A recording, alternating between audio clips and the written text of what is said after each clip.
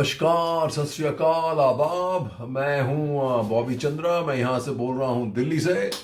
और आज मेरा टॉपिक फिर तीसरा या चौथा जो मेरा विषय है वो तिब्बत और तिब्बत की जो महत्वपूर्णता है इंडिया के साथ वो क्रिटिकल है। इसकी जब मैं बात करता हूं तो जो तारीखें आपके लिए बहुत क्रिटिकल याद करने के लिए हैं वो 1914। क्यों?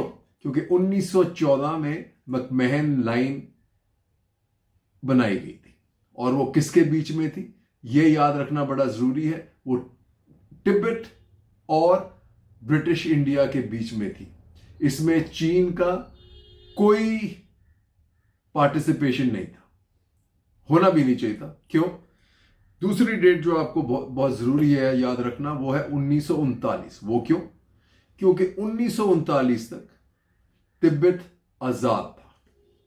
ये क्यों हमारे लिए इतना महत्वपूर्ण है? क्योंकि अगर हम कहते हैं कि तिब्बत चीन का हिस्सा है तो जो भी तिब्बत का था वो चीन का हो जाता है। तभी करके उसमें आपको ये चीन हमेशा याद लद्दाख के पीछे भी पड़ा रहता है क्योंकि उस पर भी कभी ना कभी तिब्बत का कब्जा था। अरुणाचल के पीछे पड़ा रहता है क्योंकि उसमें भी तिब्बत का कभी ना कभी कब्जा था। और दूसरे जो प्रदेश हैं इंडिया के जैसे सिक्किम हुआ, उधर भी उनकी उंगली रहती है क्योंकि उसमें आप ये लेके चलिए बहुत उस एरिया के करीबी ताल्लुकात इकोनॉमिक हुआ, कल्चरल हुआ, हिस्टोरिकल हुआ, लिंकेजेस जो है ताल्लुकात हैं वो तिब्बत के साथ है। तो जब मैं आगे चलता हूं और अगली चीज जो बहुत क्रिटिकल है तिब्बत और जो क्यों हमारे लिए महत्वपूर्ण है वो ये है कि हमारा 60% पानी जो है, जो हमारे रिवर बेसिन हैं, जैसे बहुत हमारा जो सबसे बड़ी नदी है ब्रह्मपुत्र, वो सारी की सारी तिब्बत बेसिन से शुरू होती है। इसलिए ये बहुत ही इंपॉर्टेंट है कि तिब्बत को अब एक किस्म से हमें हमारी जो पॉलिसीज हैं वो चेंज करनी पड़ेगी। So let's see what we have here first. You have here, and like I said, you have Sutirto Patronibos, right? Construction in our own territory. China on Arunachal village report.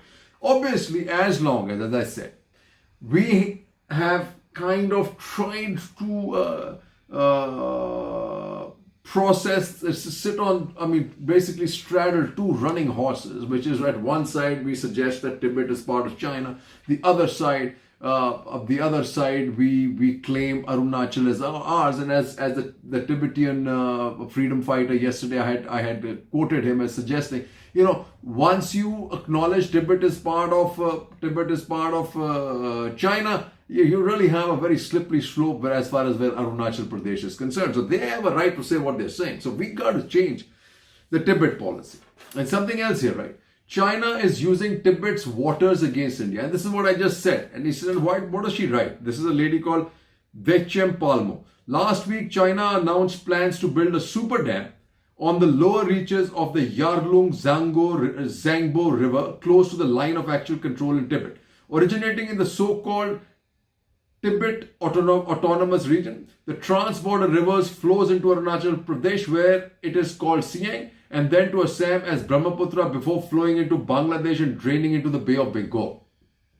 The timing of the announcement can be linked to the ongoing border tensions, which is rooted in China's refusal to acknowledge, like I said, the McMahon line. Instead, Beijing claims 90,000 square kilometers in India's Arunachal Pradesh as southern Tibet, Nanzang. China's aggression has been increasing in the Ladakh area too. Then what does she write? India needs to assess how China might weaponize its advantage over the countries downstream. Control over these rivers effectively gives China a chokehold on India's economy, a Lowy Institute report said in July. The super hydropower station is being planned with one aim: to equip China with strategic leverage over India. Such huge water storage capacity could be used as a tool for consolidating supremacy in the disputed territories. India should be aware that the Yarlung Zangbo Brahmaputra Dam issue is not just about resource management. China is using Tibet's waters to further its territorial ambitions. The more we put our head below the blanket and cover the reality, the worse off we are going to be, folks. As you hear, what is Zipe? She to step up China's fight against separatists in Tibet. Okay. And what does Manoj Keval Ramani write? So this is something you have to understand. Why Xi's new approach to Tibet will affect India. He says, first, he highlighted the need to adhere to the direction of Sinicization of the region. This is dangerous. Second, she demanded that ideological education to be stepped up with the aim to plant seeds of loving China. Third, he stressed that the party must dig out, sort out and publicize historical facts that link Tibet to PRC. Fourth, he spoke about border defense and need to create an impregnable fortress. Fifth, the party leadership in Sichuan, Yunnan, Gansu and Qinghai has been ordered to build physical developmental linkage with Tibet. And finally, she talked about economic development, ecological protection and addressing livelihood issues. In this, she appears to be invoking Hu Jintao's argument that functioning markets, water, electricity, heat, these are as much a part of counterinsurgency as police work and brute force, folks, right? And while this is happening, right, there was this article by one of the wolf warrior in India, Sun Wee Dong, that's been using the Indian media to project its nefarious claims on Tibet and hence trying to force India into a corner, and that by extending that further, make claims on Ladakh and on Arunachal Pradesh. And we got to be very careful. He said, China's Tibet, a story of progress. Tibet has been part of China since ancient times. It enjoys development and religious freedom. If there was some more bullshit we needed, it is coming from this mealy-mouthed Sun Wee Dong. He's a mealy-mouthed liar. Historical facts suggest China was free till 1949. 1939 tak wo azad thi. This is something that India must get into its head and will have to dump Nehru's visions and policies, and Congress also needs to come out of that hole at some point of time. Folks, continuing on the same subject. So what's our ace up our sleeve? And that, and unused, protected. We've been extremely subservient to the sensitivities about China as far as this is concerned. And I don't think it's subservient to sensitivity. I think we've just been plain and simply scared. However, obviously, the aggression against China is building in the West, especially in the United States. As you see here, there's a report that came out of one of the papers in the United States. China accused of imprisoning 500,000 Tibetans in labor camps. And this is something, just remember, our UN representative in 1965, actually, as I quoted yesterday, went ahead and said exactly the same thing in 1965. Nothing has changed since then. And like I said, what's happening, Shishir Gupta writes, and India should be using this also as support. Trump signs law backing Tibet. The legislation also calls for the establishment of a US consulate in Tibet's main city of Lhasa and asserts the absolute right of Tibetans to choose a successor to the 14th Dalai Lama and the preservation of the Tibetan environment. We have to role play in this Dalai Lama selection. This legislation sends a powerful message of hope and justice to the Tibetans inside Tibet and bolsters US support for the protection of Tibetan people's religious freedom, human rights, environmental rights, and exiled Tibetan democracy like never before, said Lobsang Sangay, president of Central Tibetan Administration, in a statement from Himachal Pradesh, Dharamsala. Important to note. And this has the same thing. Dalai's succession. US House passes bill on curbs against China officials for meddling, and India should support this. The US House of Representatives on Tuesday voted to authorize sanctions against Chinese officials who interfere in the process of determining the Dalai Lama successor, raising pressure as the Tibetan spiritual leader approaches 85. Important. China, obviously, as Patronobis writes, is seeing red.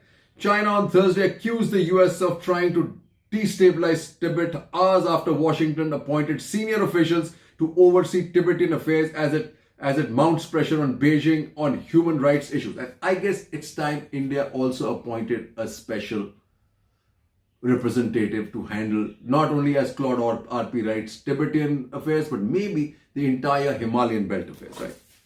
What does Sri Puri writes? Reincarnation feudal should end now. Dalai amid successor row with China. This is what China is saying. It says the tradition should end now as reincarnation has become has some connection with feudal system. The Dalai Lama, the 14th, to hold the position, said in Dharamsala. So he is basically trying to ensure that China stays out of it, and this is elected in a democratic way, probably in India. China has said the reincarnation of the Dalai Lama must be approved by Beijing, and the selection should take place within the country based on an over 200-year-old historical process. As bull as it gets, right? And what does Chidanand Gata write? US turns heat on China with tough Tibet policy. The provisions freaked out Beijing, which has long carried out pogroms aimed at decimating Tibetan culture and religion with impunity in the face of successive US administrations and lawmakers being in thrall of China's economic growth. And I guess Trump stopped that, and Biden is not going to be able to reverse it. Although the Tibetan cause and the Dalai Lama have the respect and backing on the Hill, notably from powerful Speaker Nancy Pelosi, successive US presidents gradually dialed down support in the face of China's growing cloud. US timidity was underscored by President Obama's decision to downgrade the venue of the meeting, the Dalai Lama, from the Oval Office to the map room, from where, according to one account, he was ushered out of the back door past heaps of trash. Unbelievable, folks. Obama actually, in my opinion, was the weakest president as far as China was concerned, because he wanted to kind of promote China as the second world power, and I think there he made a decisive mistake. Right? He lost half his allies in Southeast Asia because they stopped trusting him after that. Reading the new US policy in Tibet, snubs to China on Dalai Lama rivers. If India is pleased at the latest US barb to China, it has not said so openly. India has mostly refrained from playing the Tibet card against China, and like the US, has one China policy, and that is what needs to change. It has only this year, in the ongoing Ladakh standoff, that it used special forces made up almost entirely of Tibetan exiles to occupy strategic heights in Pagongso's South Bank. And about time. We need to unsheath this sword, folks. We need to. But what is China doing? China cites 2003 pact to block India from backing US on Tibet. China on Wednesday attempted to preempt any move by India on backing the recent US steps on the Tibet and invoked the 2003 agreement on Delhi's position on Tibet that was concluded during the PM Vajpayee's visit to Beijing. In 2003, China and India signed the Declaration on Principle for Relations and Comprehensive Cooperation, in which India recognized the Xinjiang Autonomous Region is part of the territory of the People's Republic of China, and India does not allow Tibetans to engage in political activities against China and India. But here is where India made a paramount and huge mistake. But we have a way out, because China has broken all the necessary benchmarks and requirements for this this agreement to actually stay in place. It is infructuous now, folks. Infructuous. So what do we have here? India must stand up for Tibet. Declared Delhi will honor Dalai Lama's wishes on succession. Important. The Dalai Lama's marked his 85th birthday on Monday. He has now lived for 61 of those 85 years as a treasured guest of India and has added value in both tangible and intangible ways to the Indian public life, its soft power and its global reputation. Remember that, folks.